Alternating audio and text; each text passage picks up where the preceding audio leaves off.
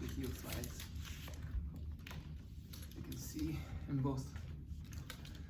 All right, ready? Going off mute. Good morning, everyone. Thank you for joining Jared and I. This week we are going to kick off our new series, our Flex Focus Movement Breaks.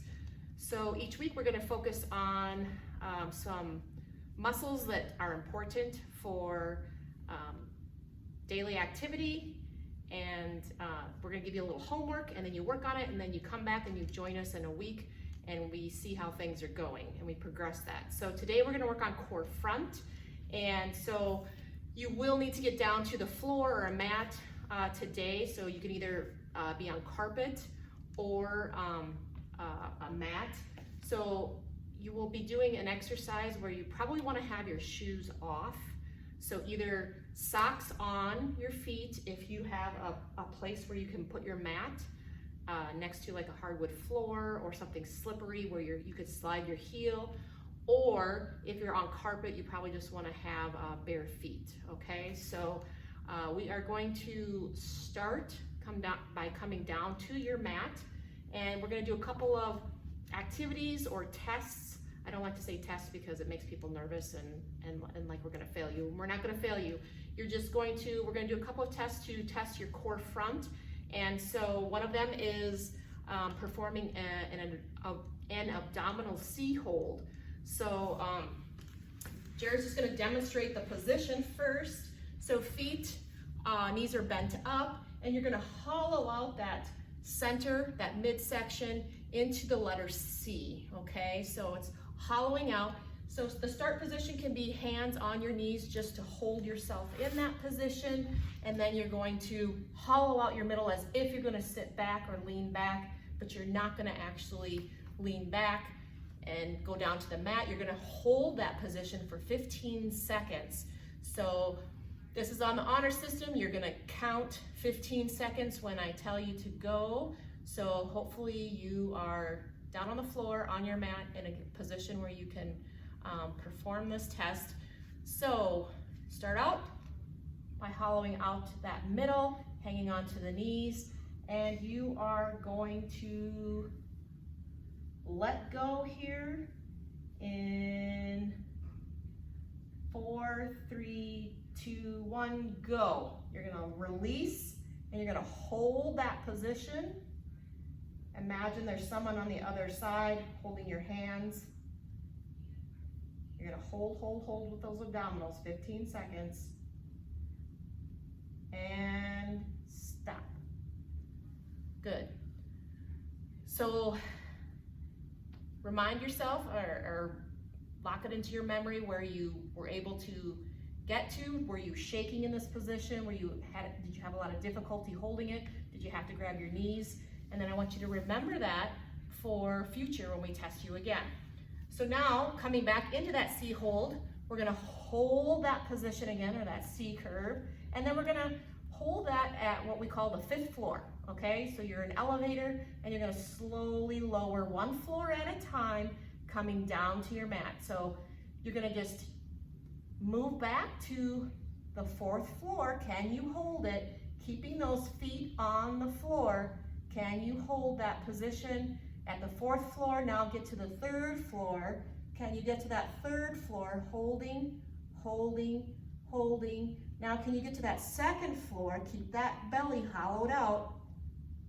Hollowing it out to 2nd floor. Then get down to the 1st floor. You're almost to ground floor, to the basement.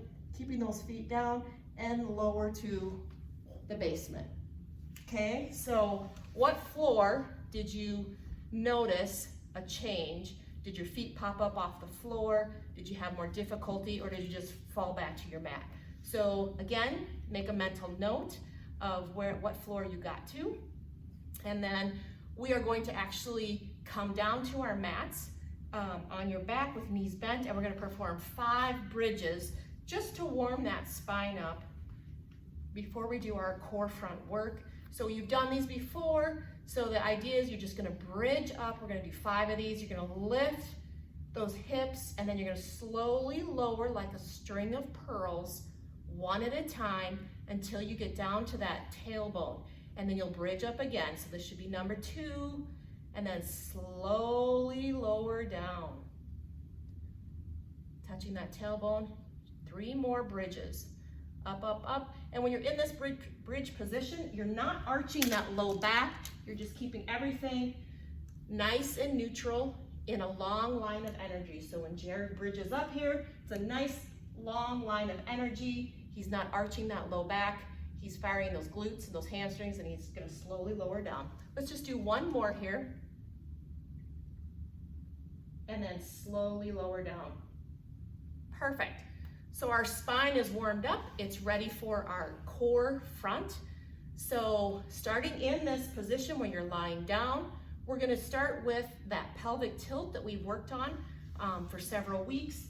So remember that pelvic tilt comes from those muscles in the lower abdominal wall. So I want you to imagine that those muscles are like a hammock, and they're hanging in between 2 coconut or palm trees from hip bone to hip bone. And you're gonna actually draw that hammock up tight between those trees, drawing it up towards your belly button and back towards your spine. And that creates a pelvic tilt. Or another analogy I've used is you have a cereal bowl and you're gonna dump the cereal milk out the back side, okay? So that is a posterior pelvic tilt, and you're finding those muscles in the lower abdominal wall, those transverse muscles, to help you dump out that milk, okay? So you're gonna work on holding this pelvic tilt and actually doing the exercises, okay? So the first exercise you're gonna do is you're gonna let your pelvic tilt go again, and then I'm gonna tell you to set those muscles. So go ahead, set those muscles, and we're gonna move into what's called a heel slide. And so this is where you need to be in a position where your heel can slide easily on a floor. So if you're on carpet, I would recommend taking your socks off. If you're on a mat and you have a floor you can slide easily on, keep your socks on. Okay, so finding that pelvic tilt, you're going to engage those lower abdominal muscles, and you're going to slide one leg away from you, keeping that heel on the floor. Then when your leg is almost straight, you're gonna bend and draw that knee back up and slide again. You can do this single 5 times on each leg to begin with. And think about that you are straightening that knee, and your abdominal wall is gonna catch that before it's all the way straight, and it's gonna help pull your knee back in, okay? So this is not a leg exercise. This is actually abdominal exercise. This is good core work for the front. So if you've done 5, we're gonna change and work the other side. So I would just take a break, then reset your abdominals, and then you're going to slide or do a heel slide on the opposite side. So as your leg is almost straight, you're gonna draw your knee towards you as if you're pulling your heel through some mud, but you're contracting those abdominal muscles on the side. Those are your internal and external obliques. And you're gonna draw them back up. And where are you on that pelvic tilt? Did you lose it? Or did you have to let go of it? But you should feel the work in your abdominal, lower abdominal section. Now, if you're more advanced, you could perform this heel slide in an alternating fashion and not allowing your pelvis to rock back and forth. So if Jared was gonna alternate knees, he would alternate in and out, just maintaining a normal breathing rate. So I want you to focus more on holding or using those abdominal muscles and breathing in the nose, and then exhaling as that leg flows out. And then as it comes back in, you can breathe in again, and then exhale, leg goes out. Then inhale, draw that knee up, and then exhale. Good. So the key to these exercises, maintaining a normal breathing rate, and the other thing is you have to do a little thinking during this exercise, right? So it's not just checking out and letting your leg go in and out. It's actually trying to feel and find those muscles, engage those lower muscles, which will help support your spine throughout the day. And so you want to be thinking about, okay, can I hold and maintain those muscles while I just breathe normally and move through this nice and slow? So I would rather you pair it with more your breathing rate than just checking out and just sliding those heels. Otherwise, you're probably going to start moving faster, and then you're going to kind of lose the focus of the exercise. So moving on to the second in this series, we are going to do what's called a bent knee fallout. So again, you're going to find those lower abdominal muscles, and then you're going to just pretend there's a clock sitting right here on the top of your pelvis, and you're going to just drop one knee out to the side. As that knee starts to drop, you're going to catch it with that abdominal wall and draw it back in. And again, you can just do 5 on one side and then change to the other side. Again, you're going to hold that pelvic tilt, engaging those lower abdominal muscles, and you should not feel like you're rocking your spine or your pelvis from side to side. And if this feels fairly simple, you can alternate it. So in alternating, Jared's right knee is falling out to the 9 o'clock position on his imaginary clock, and then it falls back to the 3 o'clock position and back and forth. If you want to pair it with your breathing, you would exhale as you drop the knee out, catching it with your abdominal wall, drawing it back in. Then as you inhale, then exhale, drop the other knee out. Inhale, bringing it back to midline. Exhale, dropping the opposite knee out.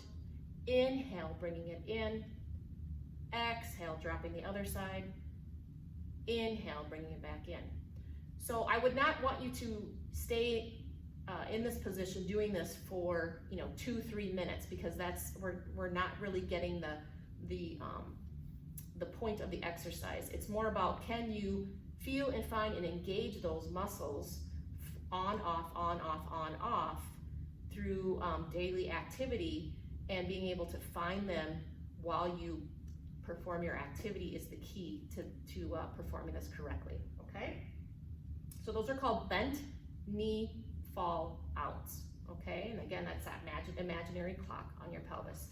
All right, we're going to move into taps or marching. So if you come up to that tabletop position, and you can maintain that, you're going to come up to that tabletop position.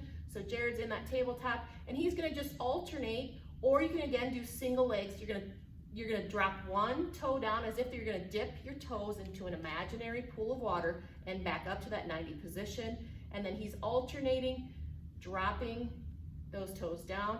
Now you should have reset your pelvis into that pelvic tilt, and your ribs, your mid back, your low back should all be imprinted into the mat, and you're holding and maintaining that pelvis while you tap your toes into that imaginary pool of water.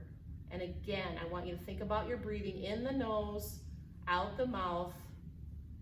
Inhale as legs are at the top, exhale as you tap into the water. Hang tight. Once you complete your 5 on each leg, we're going to go into a dead bug position, okay? And this is where we're going to end today. So in that tabletop position, we're going to add arms, okay? If you can do this position, this dead bug position, then feel free to follow along. If you need to modify this for today, your feet can be down on the floor, and you're just gonna move your arms, okay? Or you can do your toe taps with the arms, if that's as much of a challenge as you can have today, okay? So Jared's gonna move back up into that dead bug position. Again, you're gonna set those abdominals, those lower abdominals, that pelvic tilt. You're gonna hold here, and you're gonna dip your toe in the water, opposite arm extends overhead, and then you're gonna alternate, dipping the toe in the water and moving your arm overhead straight. Now, if that feels already challenging, as your arm starts to get away from your body or your leg starts to get away from your body, you can stop short of that and just work a shorter range of motion. What I don't want you to do is just power your way through it, and then your pelvis just lets go and it just gives up, okay? Because now we've lost the purpose or the focus of the exercise. So this dead bug position, you should be able to hold those lower abs and then alternate arms and legs in that fashion, okay? So those 3 exercises will be, actually that's 4 if we include the dead bug. That will be your sequence or progression for this week, and then you'll join us back next week and we'll advance that and work a little bit more on that core front and likely introduce the core back as well. So stretch long, arms overhead, legs are long, arms are long. Just take a couple of deep breaths in this position and just do a quick body scan. What did you learn about your core front today? And can you make some mental notes about that? And again, your homework for this week is exactly what we just went through, that series. And Jared will post this, so if you need to refer back to it, you can certainly follow along throughout the week. And then when we meet back here next week, we will review that. And like always, if you have any questions about this, feel free to reach out to myself, Rochelle, the physical therapist here, or Jared. Thank you for joining us. Thank you.